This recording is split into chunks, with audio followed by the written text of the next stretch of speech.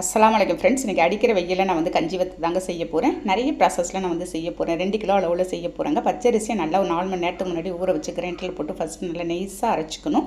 பாருங்கள், இந்த மாதிரி நல்லா நைஸாக அரைச்சிட்டு நீங்கள் எந்த அளவுக்கு அரிசி எடுக்கிறீங்களோ அந்த அளவுக்கு நீங்கள் வந்து 1க்கு 6ன்ற அளவுக்கு தண்ணி வச்சுக்கோங்க. நான் வந்து ஜவ்வரிசி வந்து ஒரு 1/4 கிலோ சேர்த்துருக்கேன், ஜீரகம் சேர்த்துருக்கேங்க, பச்சை மிளகாய் ஒரு 1/4 கிலோ அளவுக்கு அரைச்சி அதில் ஊற்றிருக்கேன். பெருங்காயம் நல்லா கட்டி பெருங்காயம், வாசனை பெருங்காயமாக பார்த்து தண்ணியில் கரைச்சி சேர்த்துக்கோங்க. நம்ம அரைச்சி வச்சிருந்த மாவை தண்ணியில் நல்லா கரைச்சிட்டு எந்த ஒரு கட்டிகள் இல்லாத கொதிக்கிற தண்ணியில் போட்டு நல்லா கைவிடாத நம்ம வந்து கிண்டி அப்படியே இறக்கிட வேண்டியதாங்க. நல்லா கொதிச்சு வரணும் உங்களுக்கு வெந்ததோட கன்சிஸ்டன்சி.